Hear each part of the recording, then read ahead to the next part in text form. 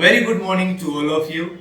स्वागत है आप सभी का बीके सिंह इंग्लिश क्लासेस के आज के इस बेहद ही खूबसूरत से ट्यूटोरियल में। और डियर स्टूडेंट्स, आज के इस क्लास में हम सभी 12th class Bihar board English के 13 मार्क्स के कंसेप्ट को पूरा करेंगे। आज का टारगेट है बोर्ड एग्जाम्स में पूछे जाने वाले 13 मार्क्स को पूरा करना।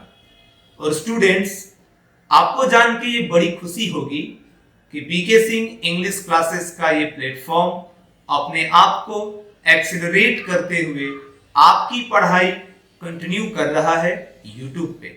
यानी अब क्लासेस कंटिन्यू आएंगी और आपसे आने वाले कमेंट्स, आपसे आने वाले फीडबैक के आधार पर क्लासेस दी जाएंगी। यानी आप जिस चैप्टर को पढ़ना चाहते हैं, जिस तरह से पढ़ना चाहते हैं, आप हमें कमेंट्स करेंगे और आपके कमेंट्स के अकॉर्डिंग ही हम अपनी क्लासेस आप तक पहुंचाते रहेंगे। क्योंकि बीके सिंह आपका ये शिक्षक आपके सुंदर भविष्य के लिए समर्पित है। तो आइए आज के इस क्लास को हम स्टार्ट करते हैं। डियर स्टूडेंट्स, आज के इस क्लास में हम सभी करने वाले हैं चैप्टर ऑथर इंट्रोडक्शन, यानी 12th क्लास इंग्लिश की जो बुक है रेनबो, उस बुक में जो प्रोज सेक्शन में 11 चैप्टर दिए गए हैं, इंडियन सिविलाइजेशन एंड कल्चर से लेकर ए मैरिज प्रपोजल तक, उन सभी चैप्टर्स के ऑथर और उस चैप्टर की आइडेंटिटी को आज मैं इस तरीके से एक्सप्लेन करने जा रहा हूं कि ऐसा क्लास न तो आपने अपने ऑफलाइन क्लासेस में बिहार के किसी जिले में किया होगा और ना आज तक YouTube पर किसी टीचर्स ने इसे ऐसे एक्सप्लेन किया होगा। तो बहुत ही सावधानी और ईमानदारी के साथ जुड़िए। ये सारे कंसेप्ट आपके दिमाग में छप जाएंगे। जैसे ही मैं अपनी क्लासेस के एक स्लाइड को पूरा करूंगा, आप इसकी स्क्रीनशॉट ले लेना और इसे अपने एक नोटबुक में तैयार करना। आप बिहार के किसी भी जिले से मुझे देख रहे हैं, मैं आपसे विनती करता हूं कि एक कॉपी आप मेरे लिए खरीदें और मेरे द्वारा दी जाने वाली कंसेप्ट्स जो कि आज से शुरू हो रही हैं, उसकी एक कॉपी बनाएं, उसकी एक नोट्स बनाएं। मैं वादा करता हूं कि Bihar board 12th class English में ही आपका सबसे अधिक नंबर आएगा। ये प्रॉमिस है मेरा। ये एक्सपीरियंस है 7 सालों का, ये एक्सपीरियंस है टॉपर्स का, ये एक्सपीरियंस है ग्रामर और लिटरेचर में महारत हासिल करने का। आप इस क्लास को कंटिन्यू रखिए। तो स्टूडेंट, आइए इस खूबसूरत सी क्लास को प्रोज सेक्शन के जरिए शुरू करें। आप जानते हैं कि आपका जो पहला चैप्टर है वो है इंडियन सिविलाइजेशन एंड कल्चर, और एग्जाम में आपसे पूछेगा कि ये कौन सा प्रोज पीस है। तो इंडियन सिविलाइजेशन एंड कल्चर एक एसे है जिसे कि महात्मा गांधी ने कंपोज किया है। महात्मा गांधी ने इसे लिखा है। और महात्मा गांधी के बारे में एक छोटी सी जानकारी देता हूं कि ये फादर ऑफ नेशन है, बापू है, राष्ट्रपिता के नाम से फेमस है। आपके ऑब्जेक्टिव्स क्वेश्चंस इसी आधार पर पूछे जाएंगे। तो ये 3 विकल्पों को आप चैप्टर के साथ याद रखिए। भारत इज माई होम, जो कि आपका सेकंड चैप्टर है, ये एक स्पीच है और इस स्पीच को दिया था डॉक्टर जाकिर हुसैन ने। डॉक्टर जाकिर हुसैन भारत के तीसरे राष्ट्रपति थे, 3rd प्रेसिडेंट ऑफ इंडिया थे। ये भी याद रखेंगे आप, ऑब्जेक्टिव्स क्वेश्चन में ये भी आपकी हेल्प करेगा। एक तो स्टूडेंट 5 नंबर के आते हैं मैच बॉक्स मिलान करने वाले, वो तो फिक्स हो जाएगा इससे, और 7-8 ऑब्जेक्टिव क्वेश्चंस निश्चित रूप से इससे फिक्स होंगे, ये गारंटी देता हूं मैं। Students, a pinch of snuff आपका 3rd चैप्टर है, जो कि एक शॉर्ट स्टोरी है और इसे मनोहर मालगोंकर ने लिखा है, जो कि एक इंडो एंग्लियन राइटर है, इंडिया के रहने वाले हैं और इंग्लिश में इनकी आर्टिकल्स आती हैं, इसलिए ये एक इंडो एंग्लियन राइटर है। आई हैव अ ड्रीम, ये आपका एक स्पीच है और इस स्पीच को दिया था मार्टिन लूथर किंग जूनियर ने, जो कि अमेरिका के रहने वाले थे और ये सिविल राइट एक्टिविस्ट माने जाते हैं। आम नागरिक अधिकारों के लिए इन्होंने संघर्ष किया था और इनका जो जीवन था वो महात्मा गांधी के अहिंसात्मक विचारों से प्रभावित था, इसलिए अमेरिका में इन्हें ब्लैक गांधी के नाम से भी जाना जाता है। तो ये चारों का स्क्रीनशॉट आप ले लें और इसे अपनी कॉपी में ऐसे ही नोट करें। नेक्स्ट स्लाइड में देखते हैं आपका 5th chapter, ideas that have helped Mankind. ये एक एसे है और इसे बर्ट्रैंड रसल ने लिखा था। बर्ट्रैंड रसल एक हिस्टोरियन थे और एक मैथमेटिशियन थे। द आर्टिस्ट आपका 6th चैप्टर, ये एक शॉर्ट स्टोरी है जिसमें सेइबेई की कहानी है। इसे शिगा नोया ने लिखा था, जो कि एक जापानीज राइटर है और जापानीज शॉर्ट स्टोरी राइटर है। आपसे पूछा जाता है कि शिगा नोया किस तरह के राइटर थे, आपका आंसर होगा जापानीज राइटर थे, जापानीज शॉर्ट स्टोरी राइटर थे। बहुत हेल्पफुल हो रहे हैं आपके एग्जाम्स में। और चाइल्ड इज बर्न, जो कि आपका 7th चैप्टर है, ये एक एसे है और इस एसे को जर्मन ग्रीर ने लिखा। जर्मन ग्रीर एक फेमिनिस्ट राइटर हैं और फीमेल्स पे इनका ज्यादा फोकस रहा है। Sex and destiny, the politics of human fertility एक बुक आई थी इनकी और उसी बुक से चाइल्ड इज बर्न चैप्टर को लिया गया है। मैं आगे के एक्सप्लेनेशन में इसे बताऊंगा आज के ही इस क्लास में, क्योंकि आज के इस क्लास में चैप्टर ऑथर प्रोज सेक्शन का पूरे तरीके से डिटेल्ड कर दिया जाएगा, जो कि आपके एग्जाम्स के लिए रामबाण सिद्ध होगा। How free is the press, ये एक एसे है और इसे डोरोथी एल सेयर्स ने लिखा है और ये फर्स्ट ऐसी वुमन थी जो ऑक्सफोर्ड यूनिवर्सिटी से ग्रेजुएट हुई थी। यानी ऑक्सफोर्ड यूनिवर्सिटी से ग्रेजुएट होने वाली ये फर्स्ट वुमन थी, डोरोथी एल सेयर्स, जिनका चैप्टर है how free is the press. आपका 9th चैप्टर है जो कि मेरे दिल के बहुत करीब है, द अर्थ। ये एक शॉर्ट स्टोरी है जिसे H.G. वेल्स ने लिखा। ये एक ब्रिटिश राइटर है और इंडिया थ्रू अ ट्रैवलर्स आई एक ट्रैवलेज है, एक पर्सनल नोट है जिसे पर्लेस बक ने लिखा है, जो कि एक अमेरिकन बाय बर्थ राइटर हैं लेकिन चाइना में पली बढ़ी हैं। इन्होंने इसे भारत के बैकग्राउंड के आधार पर लिखा है। एक विदेशी यात्री भारत को किस रूप में देखता है, ये हमको इस चैप्टर में पढ़ने को मिलता है। अ मैरिज प्रपोजल, जो कि एक कॉमेडी है, एक ड्रामा है, एक 1 एक्ट प्ले है। इसे सीबीएसई से जो स्टूडेंट 10th पास आउट हैं उन्होंने पढ़ा है 10th क्लास में। अ मैरिज प्रपोजल, इसके राइटर हैं एंटोन चेकोव, जो कि एक रशियन राइटर थे। इसमें कहानी है लोमोव की, चुबुकोव की और नटालिया की। बहुत ही जबरदस्त और हंसी से भरपूर ये कहानी है। आज के इस क्लास के बाद जब मेरी अगली चैप्टर आएगी तो मैं अ मैरिज प्रपोजल का ही लाइन बाय लाइन, एक एक लाइन, एक एक शब्द आपके सामने एक क्लास दूंगा और इस क्लास में ए मैरिज प्रपोजल का अद्भुत डिटेल वर्णन करूंगा मैं, जो आपके दिमाग पे बिल्कुल छप जाएगा। इसके ऑब्जेक्टिव्स भी, इसकी समरी भी, इसके क्वेश्चन आंसर भी।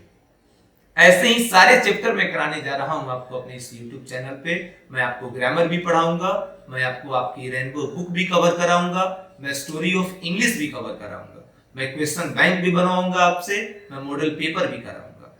12th का संपूर्ण सिलेबस मेरे इस चैनल पे आपको मिलेगा और ऐसा मिलेगा जैसा कि कहीं नहीं मिलेगा। ये घमंड नहीं है, क्योंकि मैं आपकी तरफ समर्पित हूं, आपसे मुझे प्रेम है, मैं आप बिहार के भविष्य के रूप में आपको देख रहा हूं, इसलिए मेरे तरफ से की जाने वाली ये कोशिश रहेगी और कोशिश ही अपने हाथ में है। गीता में श्री कृष्ण ने भी कहा है कि कर्मणे माधिकारास्ते मा फलेषु कदाचन। मैं कर्म कर रहा हूं, आप भी अपने तरफ से कोशिश करिए ताकि हम और आप मिलकर एक बेहतर बिहार का निर्माण कर सकें। अब स्टूडेंट्स, हम लोग करने जा रहे हैं एक एक राइटर के अंदर कौन कौन सी जानकारी छुपी हुई है जिससे ऑब्जेक्टिव्स बन सकती है उसे। तो आइए हम लोग इस सीरीज को भी शुरू कर लें। चलो स्टूडेंट, पहले तो फर्स्ट चैप्टर है महात्मा गांधी का। महात्मा गांधी का जन्म हुआ था 1869 में और इनकी डेथ हुई थी 1948 में। इसे आप याद कर लेना। किस राइटर का जन्म कब हुआ और कब उसकी मृत्यु हुई, इसे जरूर याद करना। उसे कौन सा अवार्ड मिला, कब मिला, ये भी याद करना। तो Mahatma Gandhi he was more a spiritual leader than a politician, यानी वो एक आध्यात्मिक नेता ज्यादा थे राजनेता की अपेक्षा। सत्ताधारी नेता नहीं बनना था उन्हें प्रधानमंत्री या राष्ट्रपति नहीं बनना था।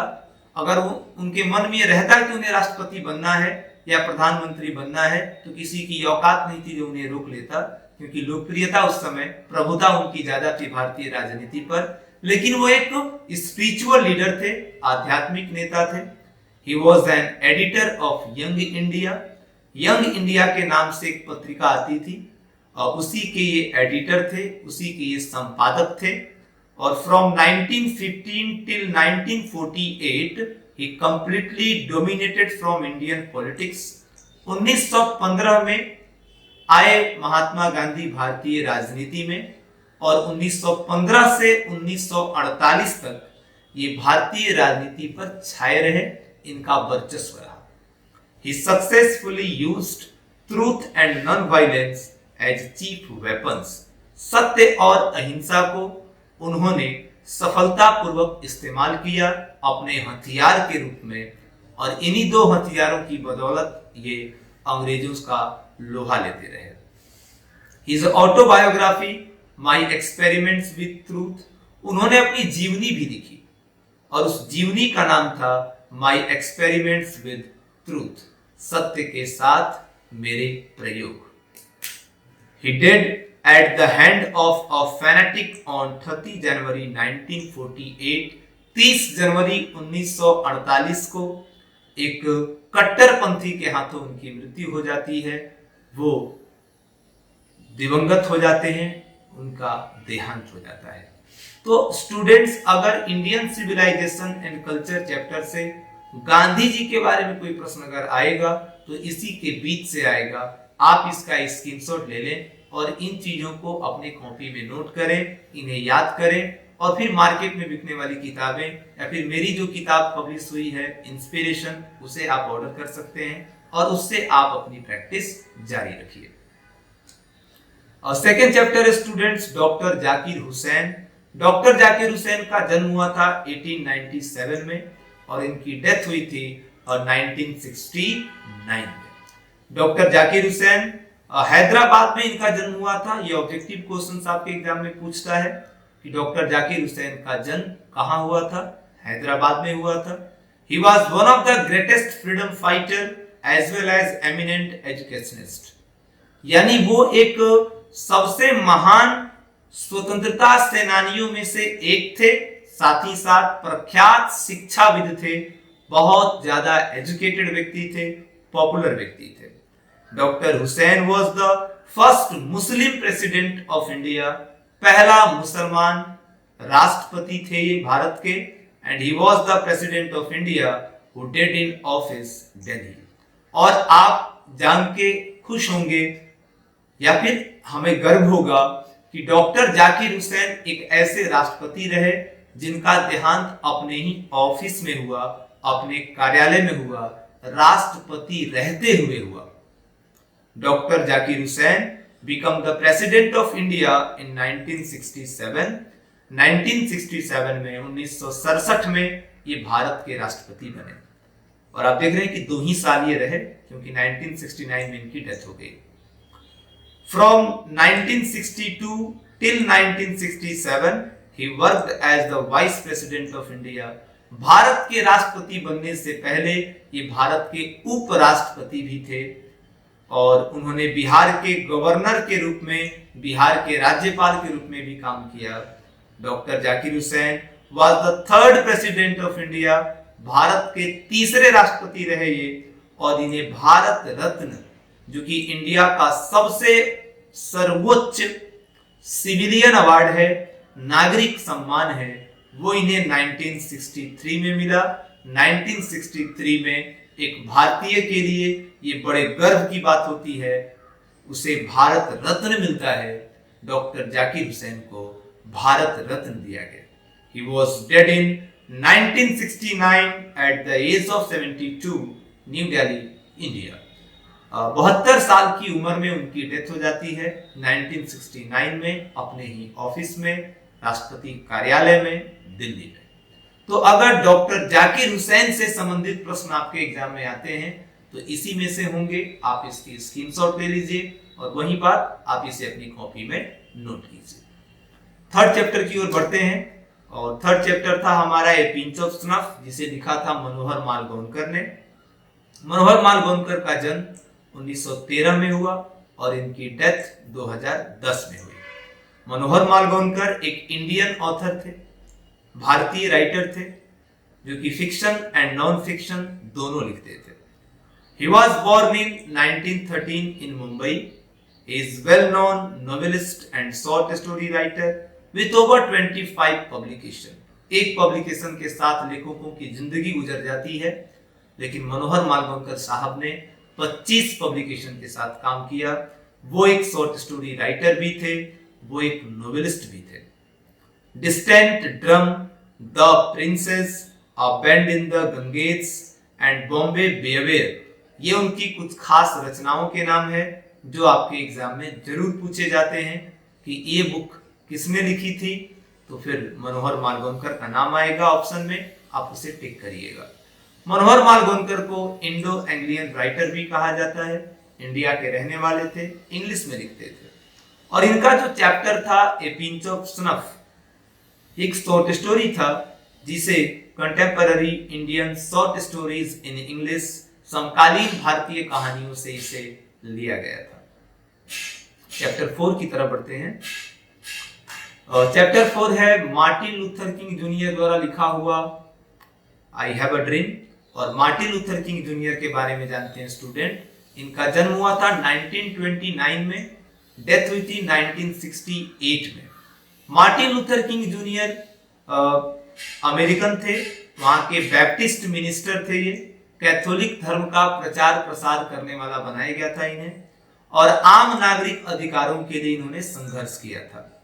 उनकी जो फिलॉसफी रही नॉन वायलेंस का, नॉन वायलेंस के जरिए इन्होंने उग्रवाद को, नस्लवाद को रोकने की कोशिश की और इसी की वजह से दुनिया भर में फेमस हुए, लोगों के ध्यान पर आए।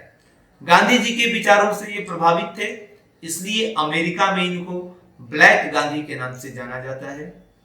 शायद इनके जमाने में फेयर एंड हैंडसम नहीं आता होगा, वरना ये भी हम लोगों की तरह गोरे होते। In 1964, he became the youngest person to receive the Nobel Prize for his effort to end segregation and racial discrimination. America में गोरे और काले लोग आपस में लड़ रहे थे, तो उनके उस बीच के अलगाववाद को दूर करने के लिए, उनके बीच के नस्लवाद की भावना को खत्म करने के लिए इन्होंने संघर्ष किया, इन्होंने प्रयास किया और बहुत हद तक उन्होंने इसे रोका भी, जिसके लिए इन्हें शांति कायम करने के लिए नोबेल प्राइज देकर सम्मानित किया गया। और उस समय 1964 के समय ये सबसे कम उम्र वाले व्यक्ति थे जिन्हें नोबेल प्राइज मिला था। उसके बाद तो आप जानते हैं कि बहुत सारे ऐसे कवि हैं, मलाला यूसुफजई आई जो कि इनसे भी कम उम्र की थी, जिसे नोबेल प्राइज मिला था।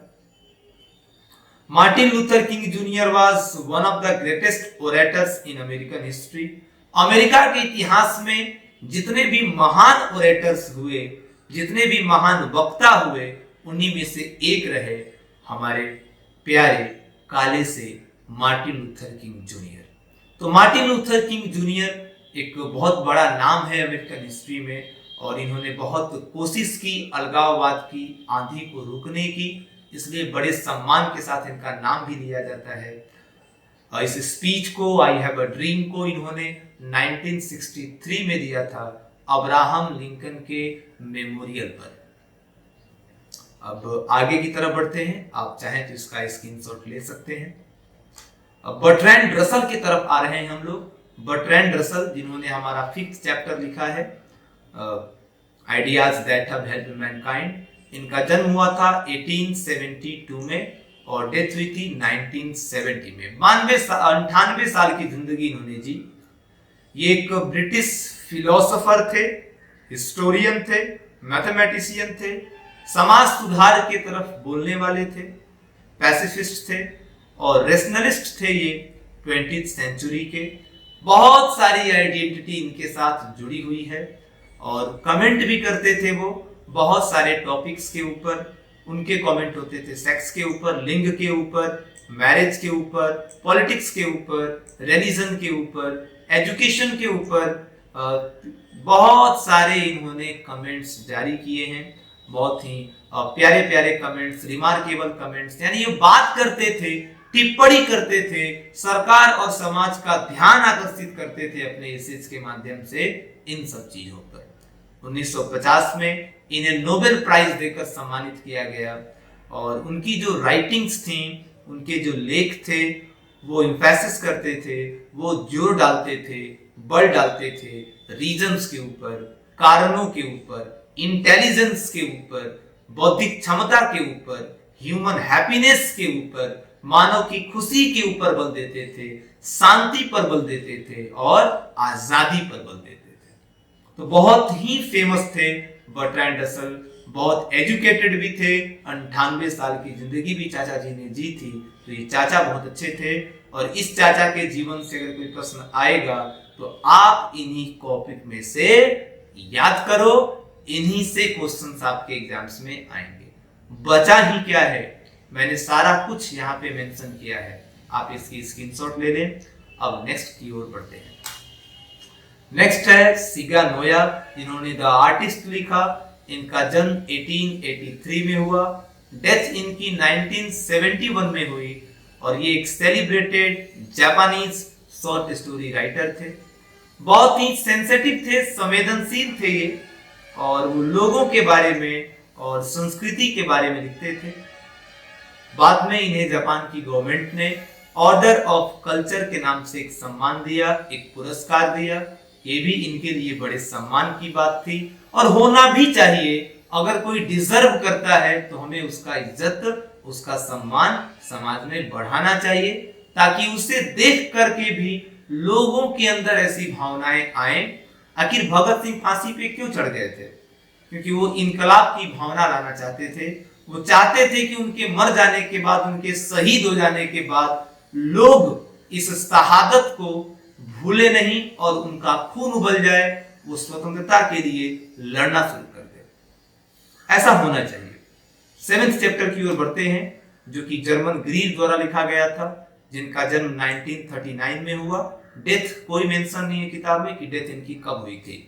जर्मन ग्रीर ऑस्ट्रेलिया से थी और फेमिनिस्ट राइटर थी ये।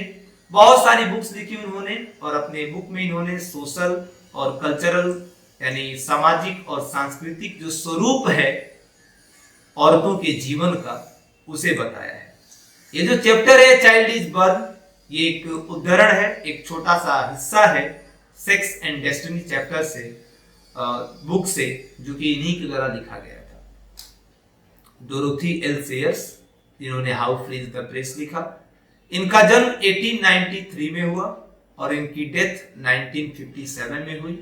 ये एक एसेसिस्ट थी, निबंधकार थी, प्लेराइट थी, पोएट थी, डिटेक्टिव फिक्शन थी, जासूसी तरह की जो काव्य होते हैं, जो रचनाएं होती हैं, वो लिखती थी ये। और ग्रेजुएट हुई थी ये ऑक्सफोर्ड यूनिवर्सिटी से, ऐसी फर्स्ट वुमन थी वो। बहुत सारी बुक्स लिखी उन्होंने, जैसे कि क्लाउड ऑफ विटनेस लिखा इन्होंने, अननेचुरल डेथ लिखा इन्होंने, Lord Peter views of the body लिखा इन्होंने, 9 टेरर्स लिखे इन्होंने और गॉडी नाइट्स लिखा इन्होंने। गॉडी नाइट्स को लेकर के क्वेश्चंस आपके एग्जाम में पूछे जा सकते हैं। राइटर्स ने जो बुक लिखी है, जरा उन पे ध्यान दे देना, ये तुम्हारे ऑब्जेक्टिव्स में बहुत काम आएंगे। नेक्स्ट चैप्टर की ओर बढ़ते हैं, नेक्स्ट राइटर की तरफ। द अर्थ को लिखने वाले, जो कि मैंने कहा था कि मेरे दिल के बहुत करीब है, ये हैं हमारे प्यारे से, गोरे से, चिट्टे से, खूबसूरत से एच.ई. बेट्स, जिनका जन्म 1905 में हुआ, मृत्यु 1974 में हुई। इंग्लैंड के थे ये, बहुत फेमस शॉर्ट स्टोरी राइटर हैं और इन्होंने एक जर्नलिस्ट का भी काम किया है, पत्रकार का भी काम किया है। इस बात से आप ये अंदाजा लगा सकते हैं कि जब इनकी उम्र 21 साल थी तभी उनका पहला नोबेल पब्लिश हो गया था। 21 साल की उम्र में ही इन्होंने अपना पहला नोबेल लिख दिया था। स्टोरी लिखना आसान है स्टूडेंट, पोयम लिखना भी आसान है, नोबेल्स जैसी चीज को 21 साल की उम्र में इन्होंने पब्लिश करा दिया था, ये इनकी इतनी बड़ी अचीवमेंट है। और इन्होंने अमेरिकन एयरमैन और अमेरिकन एयरफोर्स पे बहुत सारी टिप्पणी की हैं, उनके बारे में बहुत कुछ लिखा है। पर्लेस बक जिन्होंने कि इंडिया थ्रू अ ट्रैवलर्स आई लिखा है, ये अमेरिकन बाय बर्थ थी, अमेरिका में इनका जन्म हुआ था, लेकिन ये पली बढ़ी थी चाइना में। मिशनरी पेरेंट्स ने इनको पाला था, इनके माता पिता ने इन्हें नहीं पाला, मिशनरी पेरेंट्स ने मिशन में ये पली बढ़ी थी और चाइनीज यूनिवर्सिटी में ये पढ़ाई भी थी। वो फेमस है अपने ट्रैवलेज के लिए, अपनी मेमोरीज के लिए, अपनी स्मृतियों के लिए, अपने यात्रा वृतांतों के लिए। बहुत सारी यात्राएं इन्होंने की हैं, दुनिया भर के कई सारे महादेशों में ये गई हैं और वहां जाके इन्होंने क्या एक्सपीरियंस किया, क्या फील किया, उसे अपनी बुक्स में इन्होंने लिखा है। उसी के लिए ये फेमस है और इन्हें भी नोबेल प्राइज मिला 1938 में। और इनकी कुछ फेमस किताबें हैं जैसे कि द गॉड्स अर्थ है, माई सेवरल वर्ल्ड्स है और कम माई बिलव्ड है। आपका ये जो चैप्टर है इंडिया थ्रू अ ट्रैवलर्स आई, ये इनकी किताब माई सेवरल वर्ल्ड से लिया गया है। आइए स्टूडेंट्स लास्ट राइटर के बारे में पढ़ते हैं। एंटोन चेकोव, जिनका जन्म 1860 में हुआ, मृत्यु 1904 में हुई। ये एक ड्रामाटिस्ट थे और शॉर्ट स्टोरी राइटर थे, रूस के। प्रोफेशनली पेशे से ये डॉक्टर थे, बड़ी अच्छी बात है। और इन्होंने अपने लिखने का जो करियर शुरू किया वो कॉमिक स्केचेस से किया। हंसाना गुदगुदाना चाहते थे तो कॉमिक स्केचेस लिख करके इन्होंने अपने करियर की शुरुआत की। He lived in Russia during the rule of Tsars और Emperors। जार के समय में, शासकों के समय में ये रहते थे रसिया में।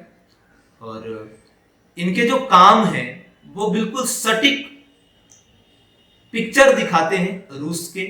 उन दिनों रूस कैसा था, लोग कैसे रहते थे, उसका सटीक चित्रण करती हैं इनकी रचनाएं। He also explored the depth of human emotions। इंसानों के, मानव के भावनाओं की गहराई को भी बताया है इन्होंने। और Chekhov introduce to the stage the realistic problems of common man. इन्होंने ये भी बताया है कि एक साधारण आदमी के जीवन में क्या क्या परेशानियां होती हैं, उसे भी उजागर किया है। इनके कुछ खास रचनाएं हैं जैसे अंकल वैन्या, द थ्री सिस्टर्स और द चेरी ऑर्चर्ड्स, ये इनकी रचनाएं हैं। तो डियर स्टूडेंट्स, आज के इस क्लास को आपने और मैंने प्रोज सेक्शन के एक एक राइटर के बारे में, चैप्टर के बारे में डिटेल स्केचिंग कर ली है। और आप इस चैनल के माध्यम से जुड़े रहें, हम तमाम अपडेट्स आपके साथ देते रहेंगे। बस आपसे एक ही शिकायत है कि आप जब इस क्लास को करते हैं तो आप मुझे अपना फीडबैक नहीं देते कि आपको ये क्लास कैसा लगा या आने वाली क्लासें आपको कैसी चाहिए। अगर आप ऐसा करेंगे, अगर आप मुझे फीडबैक देंगे तो मैं अंदर से मोटिवेट महसूस करूंगा और आपके लिए क्लासेस देता रहूंगा। आप जानते हैं कि समय किसी के पास नहीं है, लेकिन इस YouTube के जरिए मैं आप तक पहुंच रहा हूं। आप मुझे अपने फोन की स्क्रीन पर देख रहे हैं, आप लैपटॉप पे मुझे देख रहे हैं, तो आप अपना फीडबैक कमेंट्स करें। आगे के चैप्टर्स कौन सा आप पढ़ना चाहते हैं ये मुझे बताएं, किस चीज में आप कमजोर महसूस करते हैं ये मुझे बताएं। मैं पूरी कोशिश करूंगा कि मैं आपको सेटिस्फाई कर सकूं, आपको अपने सब्जेक्ट में एक्सपर्ट बना सकूं। तो डियर स्टूडेंट्स, आज के इस क्लास के लिए बस इतना ही। मिलते हैं अगले क्लास में, और अगले क्लास में ए मैरिज प्रपोजल लेके आ रहा हूं मैं आपके लिए, जिसमें हम नटालिया, लोमोव और चुगकोव की बहुत सारी बातें करने वाले हैं। Thank you students, thank you very much.